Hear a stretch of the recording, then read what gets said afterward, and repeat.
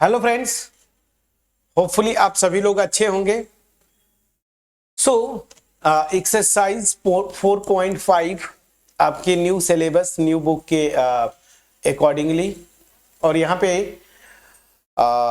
मैं फिर से एक बात बोलूं, अगर आप डायरेक्ट इस एक्सरसाइज पे आए हैं, कॉन्सेप्ट थोड़ा बहुत अगर आपका क्लियर नहीं है, तो फिर इसके जस्ट पहले वाली वीडियो जो था वो सिस्टम ऑफ लीनियर इक्वेशंस पे मैंने जो बताया था, बहुत शॉर्ट में मैंने आपको बताया है।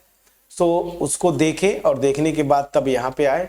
एनीवेज, जो लोग उस वीडियो को देखे हैं, मैंने वहां पे बोला था कि आप क्वेश्चंस को ट्राई करिएगा फिर आइएगा इस एक्सरसाइज पे।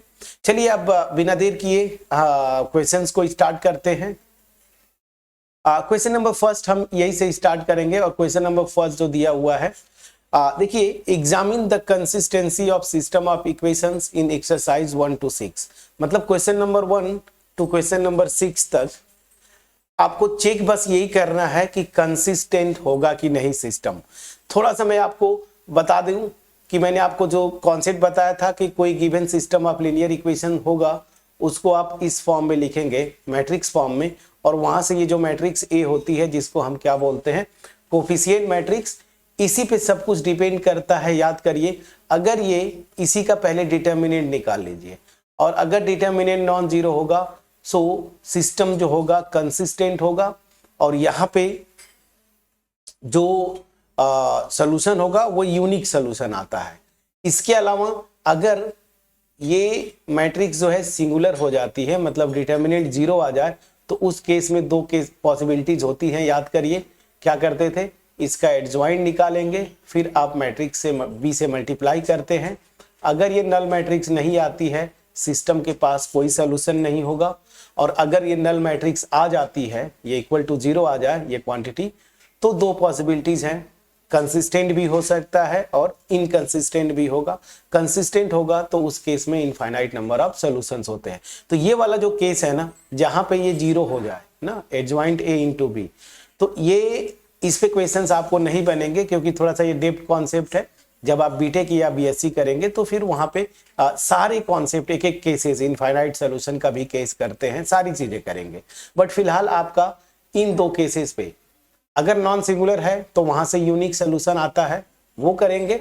और यहाँ पे जब इनकंसिस्टेंट, बस इसी दो केसेस पे आपको क्वेश्चंस आए हैं और आते रहेंगे। और इस एक्सरसाइज में 1 to 6 जो क्वेश्चन नंबर्स है उसमें भी यही कॉन्सेप्ट लगेगा, या तो ये वाला केस या फिर ये वाला केस। ठीक है, चलिए, तो हमने रिकॉल भी कर लिया।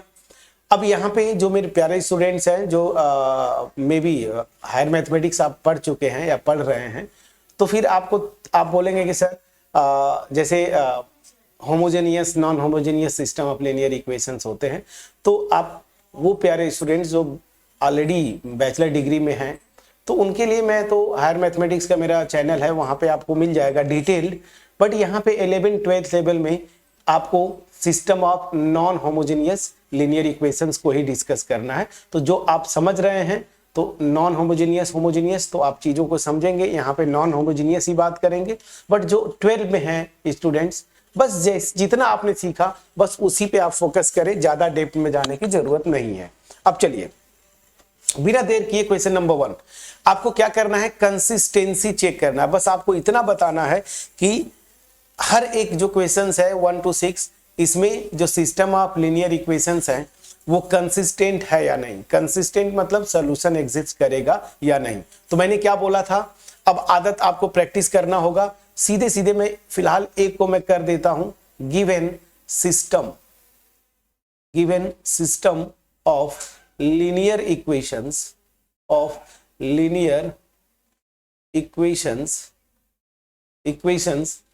in matrix form। अगर आपके एग्जाम में आए तो आप इतना लैंग्वेज जरूर लिखिएगा, पहला क्वेश्चन जो मैं कर रहा हूं इतना लैंग्वेज होना चाहिए। So given system of linear equations in matrix form क्या हो जाएगा, मैंने आपको बहुत आसान तरीका बताया था। क्या, यहां पे ध्यान दीजिए, कोफिशिएंट्स को, x के कोफिशिएंट को फर्स्ट कॉलम बनाए, याद करिए, प्लीज चेक करिएगा। और y यहाँ पे, तो y के कोफिशिएंट्स को सेकेंड कॉलम बनाए और यहाँ पे वेरिएबल्स जो है वो रख दीजिए और इक्वल टू आप जो यहाँ पे राइट हैंड साइड में कांस्टेंट है उनको आप लिख दीजिए। प्लीज चेक करिए, आपको इतना लिखना है। सो यहां पे क्या होता है, here the coefficient matrix, the coefficient matrix, ठीक है ना। आपको यही लिखना है, बस इसी से हमें लेना देना है, ये 1 2 2 3 बस। अब यहां से क्या करेंगे, डिटर्मिनेंट निकाल लीजिए। डिटर्मिनेंट 2x2 मैट्रिक्स का निकालना जानते हैं, एक बार मैं प्रॉपर लिख देता हूं।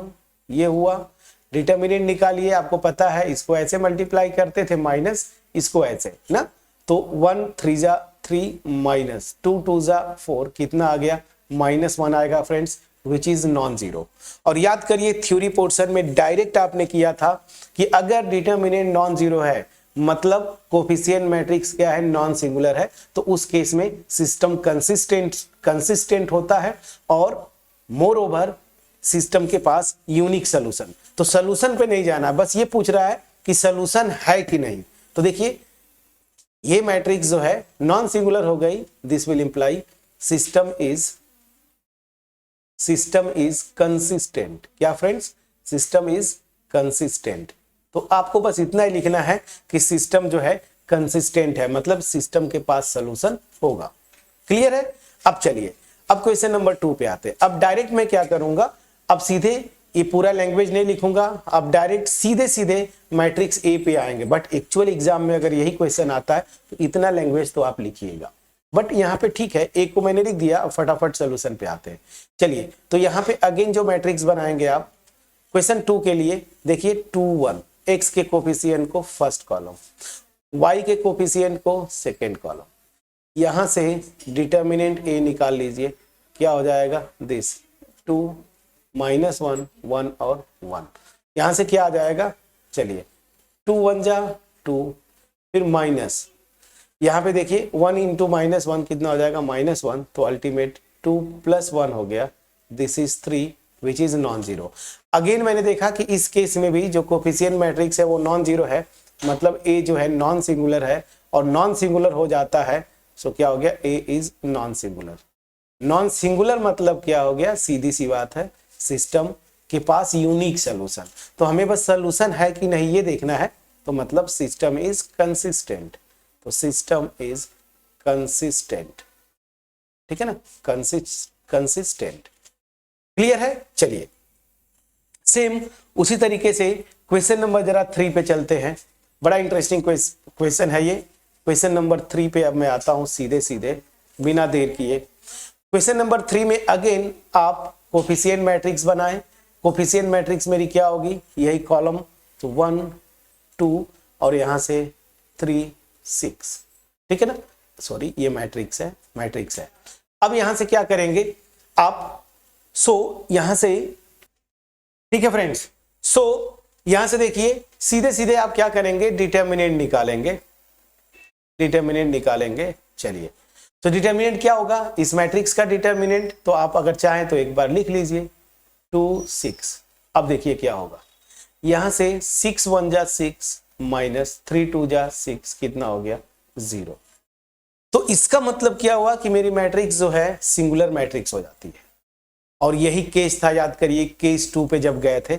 अब मैं क्या करूंगा, याद करिए चूंकि ये मैट्रिक्स सिंगुलर हो जाती है तो याद करिए हमें अब ये चेक करना होगा एडजॉइंट ए इंटू बी ना, ये क्या आता है, नल मैट्रिक्स आती है कि नल मैट्रिक्स नहीं आएगी। नल मैट्रिक्स नहीं आएगी मतलब सिस्टम जो है इनकंसिस्टेंट होगा, और अगर नल मैट्रिक्स आती है तो उसके फर्दर केसेस हैं उनको हम बाद में डिस्कस करेंगे। और बाद में क्या डिस्कस करना, उस केस पे आपको क्वेश्चन आएगा ही नहीं, वो केसेस जो है अब मतलब इनफाइनाइट नंबर ऑफ सोल्यूशन है या सोल्यूशन नहीं है, तो आप हायर मैथमेटिक्स में जब जाएंगे तो वहां पे आप करेंगे, ठीक है। चलिए तो अब मैं क्या करूंगा, मुझे एडजॉइंट ए निकालना है, एडजॉइंट ए। अब एडजॉइंट ए निकालने के लिए क्या क्या करना होगा, मैट्रिक्स मेरी यहां पे ये है, इसके कोफैक्टर्स की मैट्रिक्स निकालेंगे। देखिए क्या मैं बोल रहा हूं, तो इसका एडजॉइंट क्या हो जाएगा, ध्यान दीजिएगा, कोफैक्टर्स की मैट्रिक्स निकालेंगे A11 A12 A21, ठीक है ना, और A22, ठीक है, और यहां का इसका ट्रांसपोज। और याद करिए बस इतना लिख दीजिए। और मैंने आपको ट्रिक बता रखा है 2x2 के मैट्रिक्स के लिए, एडजॉइंट के लिए। बस एग्जाम में भी आप ऐसे करेंगे, एक भी मार्क्स नहीं कटेगा। दिस ट्रांसपोज, और यहां पे बस लिख दीजिए वेयर, आप जरूर लिखिएगा वेयर, ये ए आई जे क्या है, कोफैक्टर्स है करेस्पॉन्डिंग टू एलिमेंट ए आई जे। इतना लिख के वेयर दिस कर दीजिएगा। और उसके बाद जो ट्रिक हमने सीखा है डायरेक्ट उसको यूज करेंगे। क्या था ट्रिक बताएं? क्या करते थे? प्रिंसिपल डायगोनल एलिमेंट्स को इंटरचेंज कर देते थे। तो यहाँ पे डायगोनल एलिमेंट प्रिंसिपल कौन है? 1 6, आपस में इंटरचेंज कर दीजिए। ये हो गया।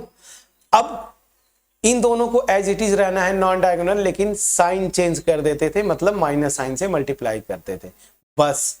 ठीक है ना? यही डायरेक्ट मेरा एडजॉइंट आ जाता था। प्लीज बोलिएगा।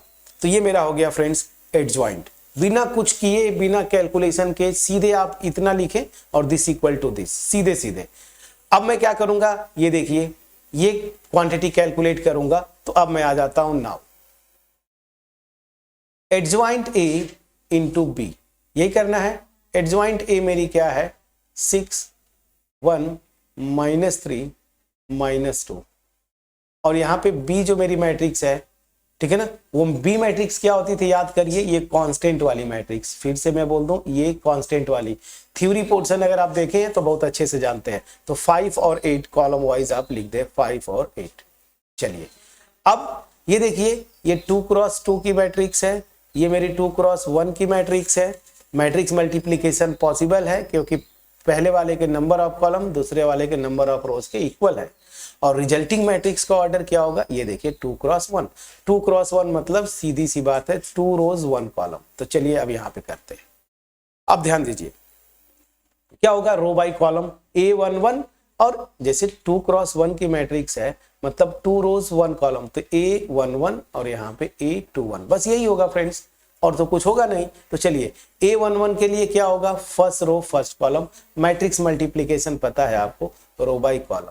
तो 6 मल्टीप्लाइड बाई 5 कितना आएगा? 30, और -3 मल्टीप्लाइड बाई 8 तो -24। प्लीज चेक करिएगा, प्लीज चेक करिएगा। चलिए, और यहां से -2 मल्टीप्लाइड बाई, अब देखिए A21 second row first column, ये तो -2 multiplied by 5 -10, 1 multiplied by 8 this कितना आ जाएगा? यहां से देखिए 6 और यहां से -2।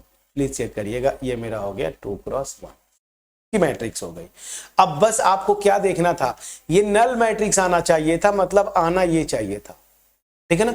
और अगर नल मैट्रिक्स नहीं आया, देखिए ये नल मैट्रिक्स नहीं आया, 2x1 ऑर्डर की नल मैट्रिक्स नहीं आया।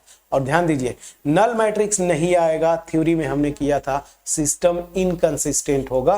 तो सीधे सीधे आप लिखेंगे given system is inconsistent, system is inconsistent.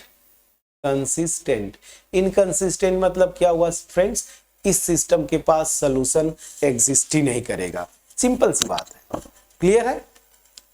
चलिए, और बाकी एनीवेज आप ऐसा क्यों हो रहा है ध्यान दीजिएगा, ये देखेंगे ना मल्टीपल्स है कोफिशिएंट 2 6, देखिए 1 यहाँ पे x का कोफिशिएंट, उसका मल्टीपल 2, ये 3 है, इसका मल्टीपल जो है ये 2 टाइम्स है 6, ठीक है ना। तो इधर जो है एक्स वाई के जो कोफिशिएंट्स है इस वाले इक्वेशन में, सेकेंड वाले में पहले वाले कोफिशिएंट के 2 टाइम्स है।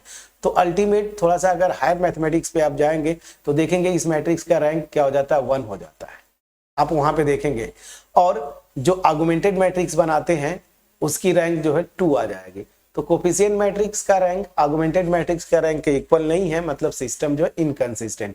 मैं जो बच्चे ऑलरेडी पढ़ चुके हैं सिस्टम ऑफ इक्वेशंस उनके लिए मैं बता रहा हूं, जो अभी 12 में है मेरे प्यारे बच्चों, बस आपको इतने पे फोकस करना है जो थ्योरी आप सीखे हैं कि एडजॉइंट ए इंटू बी, अगर ये नॉन जीरो मैट्रिक्स आ जाए तो सिस्टम जो है इनकंसिस्टेंट होता है। तो देखिए ये सिस्टम ये मैट्रिक्स मल्टीप्लाई जब किया तो ये मतलब नॉन जीरो मैट्रिक्स आती है या नल मैट्रिक्स नहीं है, ठीक है ना।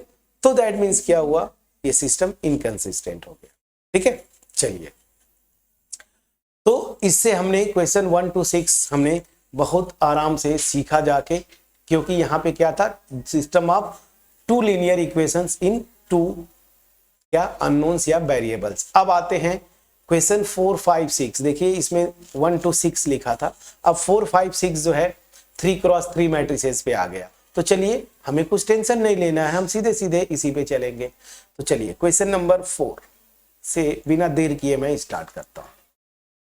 अगेन हमारा रूल वही होगा, क्या करेंगे, सबसे पहले आप डिटर्मिनेंट निकालेंगे। देखिए यहाँ पे भी कोफिशिएंट मैट्रिक्स क्या होगी मैंने आपको बताया था, तो एक बार लिख लीजिए कोफिशिएंट मैट्रिक्स। देखिए x के कोफिशिएंट्स तो 1, यहाँ पे 2 और a।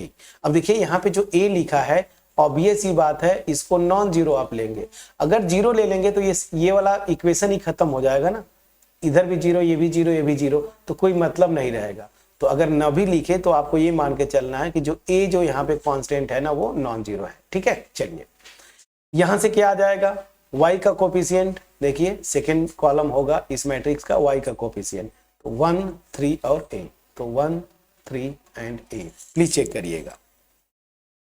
ठीक है, अब चलिए यहाँ पे z का coefficient 1, 2 and 2a, so 1, 2 and 2a, please check करिएगा। अब आपको करना क्या है, सिस्टम कंसिस्टेंट है या नहीं, ठीक है ना, बस डिटर्मिनेंट अगर नॉन जीरो आ जाए तो आपको आंख मूंद के क्या कर देना है, कंसिस्टेंट होगा, और इस केस में यूनिक सोल्यूशन आता है।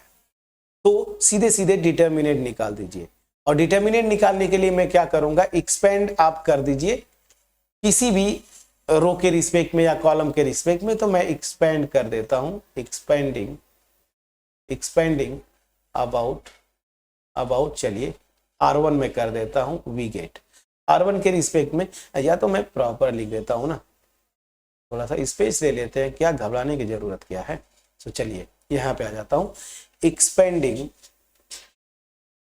एक्सपेंडिंग अबाउट R1 वी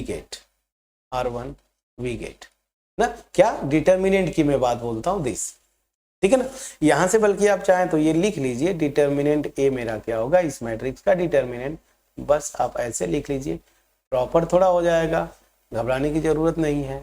तो 1, 2 और यहाँ पे 2a ना, बस ये डिटर्मिनेंट बन गया। अब एक्सपेंड करके डिटर्मिनेंट निकाल रहा हूं। तो चलिए साइन पैटर्न आपको पता है, प्लस माइनस प्लस ना, तो 1 ब्रैकेट में a11 first row first column block करते हैं। अब देखिए 2a मल्टीप्लाइड बाई 3 मतलब 6a माइनस, देखिए इसको ब्लॉक किया था आपने, a इंटू 2 मतलब 2a, प्लीज चेक करिएगा फ्रेंड्स। अब आ जाते हैं जरा यहाँ पे, ये माइनस तो -1 मल्टीप्लाइड बाई a12, तो first row second column block करेंगे, 2a मल्टीप्लाइड बाई 2 ये हो जाएगा 4a, और इधर से मल्टीप्लाइड -2a, यहाँ से +1 a13 first row third column, 2a minus 3a, please check करिएगा। तो यहाँ से क्या आ जाएगा, यहाँ से आप देखेंगे 4a आएगा, और यहाँ से देखिए 2a मल्टीप्लाइड बाई माइनस मतलब -2a, और यहाँ से क्या हो जाएगा -a। तो देखिए -3a ये 4a है, तो आपका आ जाएगा a। अब देखिए यहीं पे मैं बोल रहा था कि यहाँ पे आप जनरल दिया है तो आप a नॉन जीरो ही लेके चलेंगे, अदरवाइज अगर a जीरो लेंगे तो इस इक्वेशन का कोई मतलब नहीं रहेगा ना। तब ये सिस्टम 3 अननोन्स इन 2 इक्वेशंस में रिड्यूस हो जाएगा। तो यहाँ पे a नॉन जीरो में लेके चलूंगा तो ये नॉन जीरो है, और a अगर नॉन जीरो है मतलब डिटर्मिनेंट की मैं बात बोलता हूँ, डिटर्मिनेंट भी क्या हो जाएगा, नॉन जीरो, अगर ये a जो है नॉन जीरो है। और याद करिए जब डिटर्मिनेंट नॉन जीरो है मतलब सिस्टम क्या हो जाएगा, कंसिस्टेंट हो जाएगा। क्या हो जाएगा, कंसिस्टेंट। तो इस केस में आंसर भी आपका क्या आएगा, क्वेश्चन 4 का कंसिस्टेंट। अब चलिए फटाफट क्वेश्चन नंबर 5 पे आते हैं। क्वेश्चन नंबर 5 बड़ा इंटरेस्टिंग है, इसके लिए पहले आप कोफिशिएंट मैट्रिक्स बनाएं, प्लीज कोफिशिएंट मैट्रिक्स आप बनाएं। चलिए कोफिशिएंट मैट्रिक्स फटाफट बनाते हैं। क्या हो जाएगा, देखिए x का कोफिशिएंट फर्स्ट कॉलम 3, ठीक है ना, और यहाँ पे देखिए x नहीं है मतलब सेकेंड वाले इक्वेशन में x का कोफिशिएंट 0 है, यहाँ पे 3 है। y पे आते हैं -1, यहाँ पे 2 है, और यहाँ पे y का -5, प्लीज चेक करिए, ठीक है। अब चलिए z -2 -1 0, प्लीज चेक करिएगा, यहाँ पे ये आ जाता, ये मेरी मैट्रिक्स है क्वेश्चन नंबर 5 में, ठीक है। अब यहां से मेरी डिटर्मिनेंट बनेगी, तो डिटर्मिनेंट क्या हो जाएगी, चलिए आपको कुछ नहीं करना, बस डिटर्मिनेंट की वैल्यू निकालनी है। तो 3 -1 -2 0 2 -1 3 -5 0। अब देखिए आप किसी भी रो या किसी भी कॉलम के रिस्पेक्ट में एक्सपेंड करेंगे, बट मैंने आपको बोला था कि आप उस रो या कॉलम के रिस्पेक्ट में एक्सपेंड करिए ना जिसमें जीरोस हो। तो देखिए यहाँ पे फर्स्ट कॉलम में भी है, थर्ड कॉलम में भी है, सेकेंड रो में भी है, सेकेंड कॉलम में भी है, हाँ थर्ड रो में भी है। मतलब फर्स्ट और थर्ड कॉलम में जीरो है, सेकेंड और थर्ड रो में जीरो है। तो इन्हीं के रिस्पेक्ट में आप एक्सपेंड कर सकते हैं, लेकिन यहाँ पे एक जीरो है, फर्क नहीं पड़ता है, आप जिसके रिस्पेक्ट में चाहें उसके रिस्पेक्ट में आप एक्सपेंड कर सकते हैं। तो मैं सीधी सी बात है, कायदे से आप करिएगा किसी जिस कॉलम या रो में जीरो हो, लेकिन यहाँ पे फर्क नहीं पड़ता, मैं आपको हम लोग कर ही चुके हैं, तो मैं एक्सपेंड कर देता हूँ सीधा सीधा। ऑन एक्सपेंडिंग, मैं R1 के रिस्पेक्ट में ही करूंगा, ऑन एक्सपेंडिंग अबाउट R1, ठीक है ना, R1 वी गेट, क्योंकि मैं आपको बताना चाहता हूं कि ऐसा जरूरी नहीं कि जिसमें जीरो हो उसी रो या कॉलम में एक्सपेंड करेंगे तो आंसर आएगा, ऐसा नहीं। किसी के भी रिस्पेक्ट में जीरो जिसमें है उसमें कैलकुलेशन से बच जाते हैं, बस मेरा ये बोलने का मतलब है, लेकिन कोई इशू नहीं। चलिए हम यहाँ पे करते हैं। तो यहाँ पे डिटर्मिनेंट क्या हो जाएगा, ध्यान दीजिए, इसका sign again plus minus plus ही होगा R1, तो 3 ब्रैकेट में 0, और देखिए माइनस इसको करेंगे तो -5 -1 कितना होता है, 5। अब ध्यान दीजिए दिस, यहां पे आते हैं फिर माइनस साइन, तो माइनस, और यहां पे ऑलरेडी -1 है, प्लीज चेक करिएगा, ये आपको चेक करना आपकी ड्यूटी है, कैलकुलेशन आपको चेक करना होता है फ्रेंड्स। चलिए अब यहाँ पे ब्रैकेट में आते हैं, इसको ब्लॉक करेंगे इसको, तो देखिए 0, तो ये हो गया, और देखिए -3 इंटू -1, तो ये -3 और पहले से ही माइनस, तो +3 हो जाएगा, इसको भी आप चेक करेंगे, ठीक है। अब चलिए यहाँ पे क्या होगा, प्लस माइनस प्लस, तो प्लस साइन आ जाएगा, लेकिन यहाँ पे -2 है, -2 आप रख दिए, और यहाँ पे आ जाते हैं, इसको ब्लॉक करेंगे तो ये 0 और -6, तो देखिए ये आ गया। अब फटाफट करिए, -5 मल्टीप्लाइड बाई 3 -15, यहां से देखिए माइनस माइनस प्लस, तो +3 हो गया, और यहां से +12 हो गया। तो यहां से आप देख रहे हैं क्या हो रहा है, 15 -15 कितना हो गया, 0, और इसका मतलब क्या हुआ, डिटर्मिनेंट आपका 0 आ गया। तो यहाँ पे सेकेंड केस में पहुंचे हैं, और वहां से आपको क्या करना होगा friends, adjoint A into B, ये क्वांटिटी चेक करना है, मतलब इस मैट्रिक्स को निकालना है। अगर ये नॉन जीरो आएगी, ठीक है ना, मतलब ये नल मैट्रिक्स नहीं आएगी, इनकंसिस्टेंट, 0 अगर आ गया तो 2 पॉसिबिलिटी होती हैं, मतलब नल मैट्रिक्स आ जाए तो कंसिस्टेंट भी हो सकता है, इनकंसिस्टेंट, वो केस पे जाएगा ही नहीं आपका, बस इसी पे आएगा नॉन जीरो। तो अब ये सी बात है, अब देखते हैं नॉन जीरो आएगा, अब एक्चुअल एग्जाम में आपको करना है, तो चलिए करते हैं। तो अब मैं क्या करूंगा, फॉर एडजॉइंट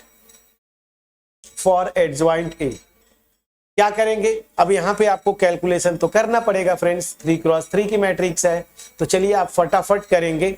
एडजॉइंट निकालने के लिए पहले कोफैक्टर्स निकालिए, A11, फार्मूला आपको पता है, अब इतनी बार हम लोग कर चुके हैं कि अब मैं डायरेक्ट करूंगा दिस, यहां से +M11, देखिए इसको ब्लॉक करेंगे 0 और फिर -5, तो मतलब सीधी सी बात है -5 आएगा, इसको चेक करना आपकी ड्यूटी है, ठीक है ना। तो ये मेरा कितना आ जाएगा, मैं फिर से चेक करता हूं, कहां गया, यही है ना, A11, इसको ब्लॉक करिए, 0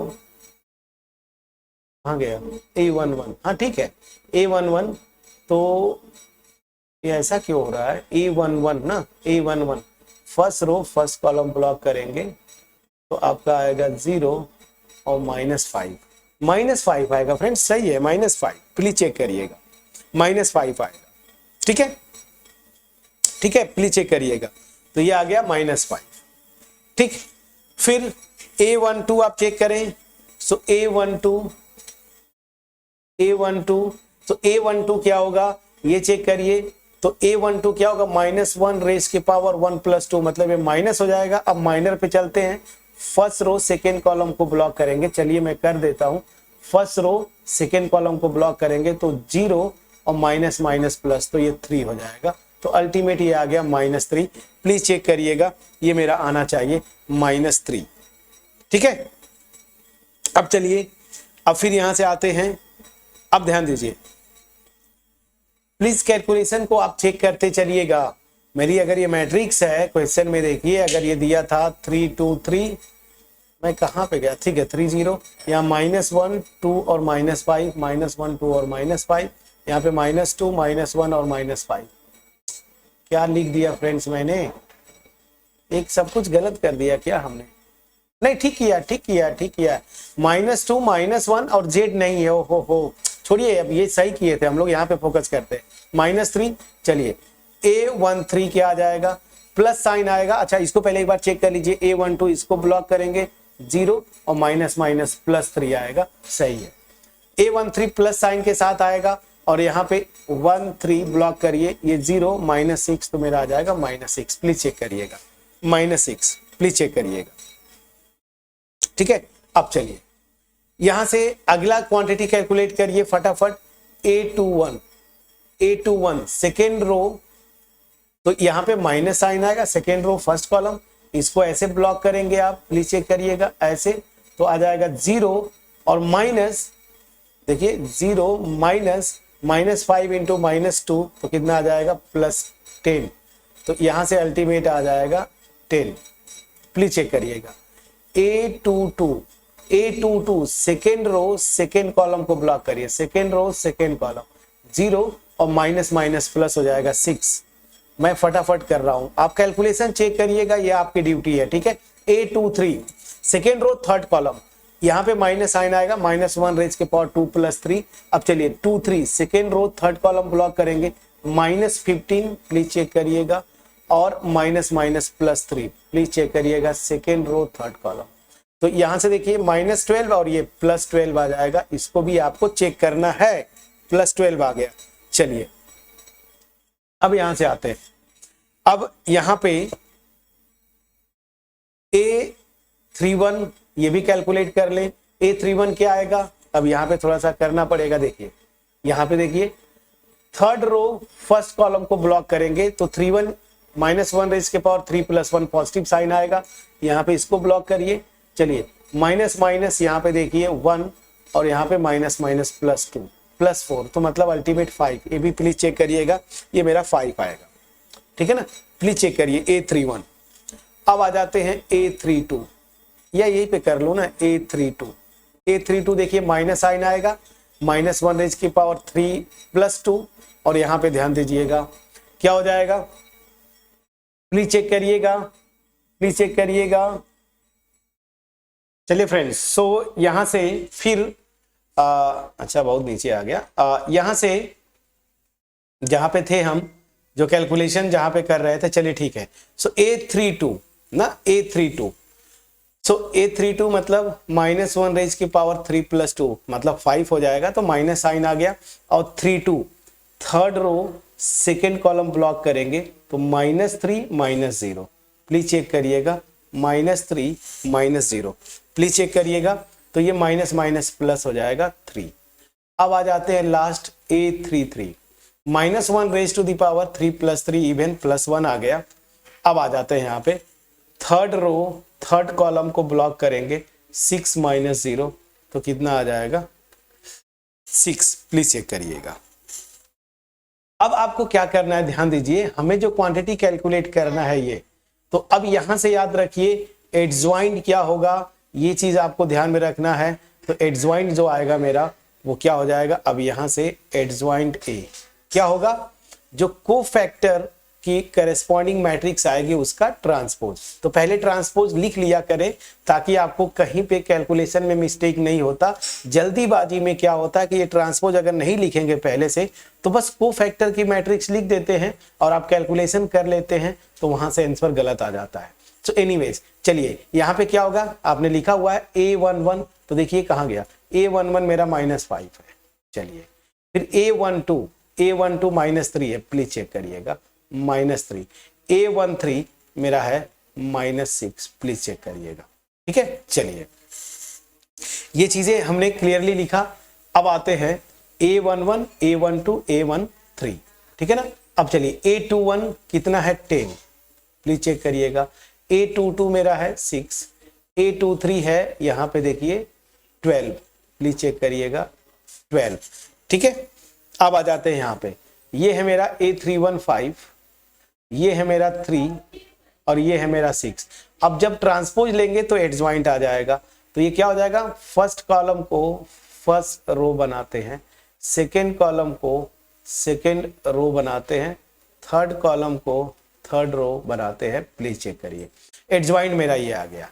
अब आपको करना क्या है, इस क्वांटिटी को कैलकुलेट करना है, तो यहां पे आइए, now adjoint A into B क्या हो जाएगा, चलिए तो एडजॉइंट मेरा क्या है, -5 10 5 -3 6 3 -6 12 6, और यहाँ पे जो B है मेरी मैट्रिक्स, B क्या आएगी, इधर से 2, देखिए यही तो होता है ना कांस्टेंट वाली, तो 2 -1 3, प्लीज आप चेक करिएगा फ्रेंड्स। सो ये आ गया। अब यहां से आपको कुछ करना नहीं है, सीधे सीधे मल्टीप्लाई कर दीजिए, जो आ जाए। तो यहां पे ध्यान दीजिए क्या आएगा, रो बाई कॉलम आपको करना होता है, तो देखिए ऐसे करेंगे, ठीक है। जब कैलकुलेट करेंगे तो क्या आएगा, -5 multiplied by 2 -10, 10 multiplied by -1 -10, please check करते चलिएगा फ्रेंड्स, और 5 मल्टीप्लाइड बाई 3 तो +15, यहां से ये आया। अब चलिए यहाँ पे second row first column, -3 multiplied by 2 -6, 6 multiplied by -1 -6, 3 multiplied by 3 9। अब यहाँ पे आते हैं, -6 multiplied by 2 -12, 12 multiplied by -1 -12, 6 multiplied by 3 18।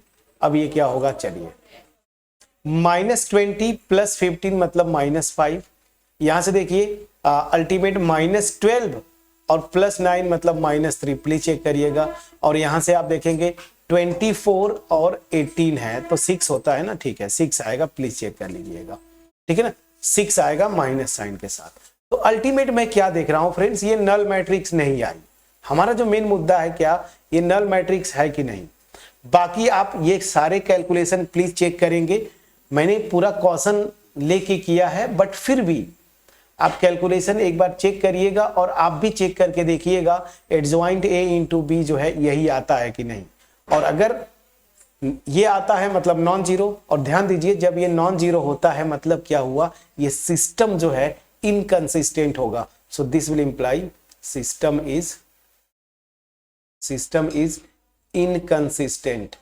Inconsistent. तो ये चीज आपको ध्यान रखना है कि सिस्टम इनकंसिस्टेंट है। क्लियर हुआ कि नहीं, प्लीज बोलिएगा।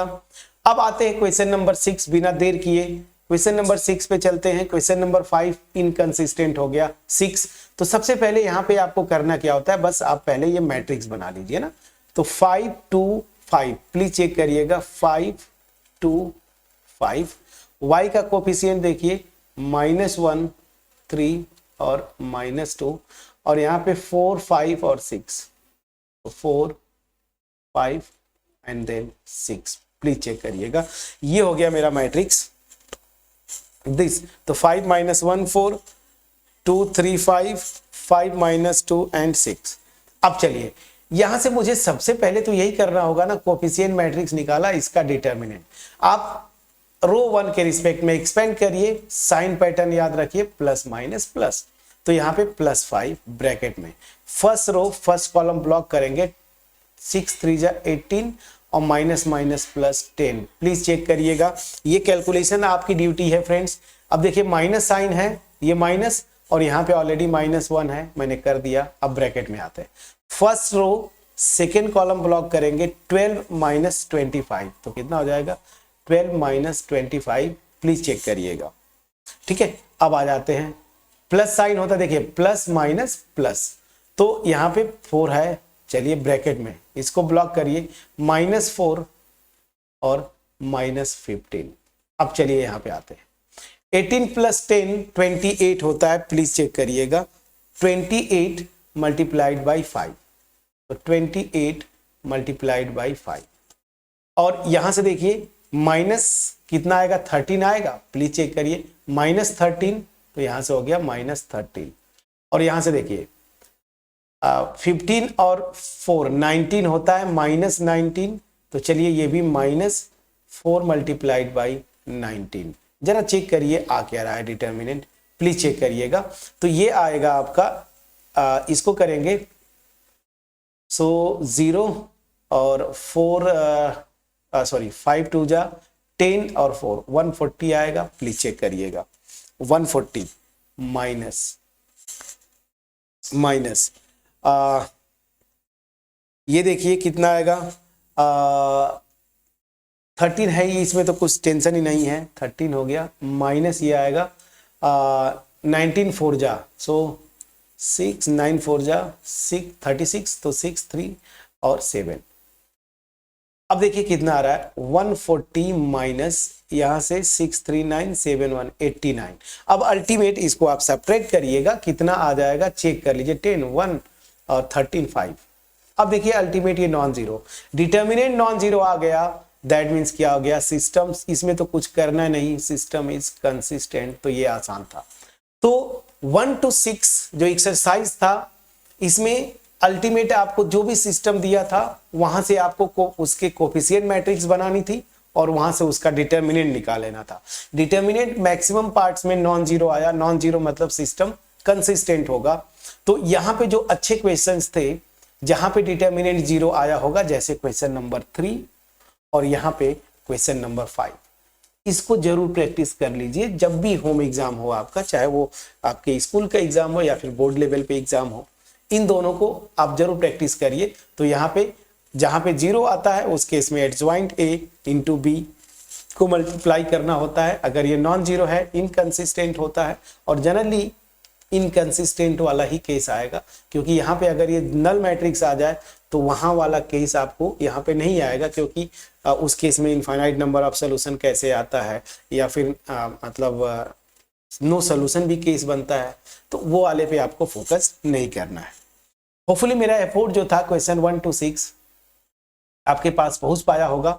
अब आते हैं क्वेश्चन नंबर 7 to 14, यहाँ पे साफ साफ लिखा है 7 to 14 जो क्वेश्चन है, इन क्वेश्चंस में सीधे सीधे सॉल्व करना है। देखिए यहाँ पे सिस्टम को सॉल्व करना होगा, मतलब आंसर क्या आएगा वो आपको हर एक क्वेश्चन के लिए आंसर आपको निकालना है। और अब ये सी बात है, ये जितने भी क्वेश्चन है 7 to 14 ना, आप देखेंगे डिटर्मिनेंट आपका नॉन जीरो आएगा, ठीक है ना, कोफिशिएंट मैट्रिक्स का, और वहां से यूनिक सोल्यूशन आता है, तो आपको करना है। पूरा प्रोसेस मैंने बताया था, मैं इस वीडियो को खत्म करूं उसके पहले मैं आपको बताता हूं सोल्यूशन कैसे आएगा। आपको बताया था अगर मेरा सिस्टम को इस फॉर्म में लिख दीजिएगा, ठीक है ना, पहला क्वेश्चन में मैंने बताया था उस तरीके से आप लिख पाते हैं मैट्रिक्स फॉर्म में। देखिए ये लिखा था, अगर ये ए है, ये कैपिटल एक्स, ये बी ना, जैसे इसको मैं इस फॉर्म में भी लिख सकता हूं, A X this is equal to B, जहां पे ए क्या है, कोफिशिएंट मैट्रिक्स, कैपिटल एक्स ये एक्स कॉमा वाई ये जो है ये, और बी जो है ये ना, तो आपको इस फॉर्म में लिखना होगा। और यहां से चूंकि डिटर्मिनेंट नॉन जीरो है तो ए इन्वर्टिबल होगा, ए का इनवर्स निकालिएगा, तो x इक्वल टू क्या हो जाएगा, ए इनवर्स से मल्टीप्लाई करिए दोनों साइड में, तो ए इनवर्स बी। तो बस सीधा सीधा ये कैलकुलेट करिएगा, दोनों साइड मैट्रिसेस आएंगे, कंपेयर करेंगे, तो एक्स वाई यहाँ पे अगर 3 अननोन्स में होगा तो एक्स वाई जेड की वैल्यूज निकल जाएंगे। इस हिंट के साथ मैं ये वीडियो फिनिश करूंगा, बट मैं आपको फिर से बोलूंगा कि अगर कहीं पे कोई डाउट है क्वेश्चन नंबर 6 तक इस वीडियो में जो हमने किया, आप कमेंट सेक्शन में लिखेंगे। और अगर वीडियो पसंद आई, सारी चीजें क्लियरली पहुंच पाई होंगी, तो भी फ्रेंड्स आप कमेंट सेक्शन में लिख के अपना अप्रिसिएशन जरूर आप अप्रिशिएट जरूर करिएगा, लाइक जरूर करिए वीडियो को, चैनल पे नए हैं सब्सक्राइब जरूर करिएगा और बेल आइकन को क्लिक करिए, ठीक है। चलिए मिलते हैं नेक्स्ट वीडियो में, बट इस पे मैं नेक्स्ट वीडियो पे आने से पहले फिर से आपसे रिक्वेस्ट करूंगा कि आप पहले क्वेश्चन नंबर 7 to 14 एक एक क्वेश्चन ट्राई करिएगा, ठीक है ना, और उसके बाद फिर आप सॉल्व करने की कोशिश करिए। नहीं आएगा जो वो आप आंसर मैच करिएगा। हालांकि इसमें जो है सिमिलर टाइप के क्वेश्चंस हैं, तो मैं कोशिश यही करूंगा कि कुछ क्वेश्चंस करूं 1 से 7 to 14 जैसे, इसमें हर एक क्वेश्चन को मैंने सॉल्व कर दिया, आपके प्रैक्टिस के लिए कुछ भी नहीं छोड़ा। तो इसमें कुछ मैं करूंगा, कुछ आपको होमवर्क छोड़ दूंगा, ठीक है। चलिए मिलते हैं नेक्स्ट वीडियो में, तब तक अपना ख्याल रखें, पढ़ाई करते रहें। Thank you so much.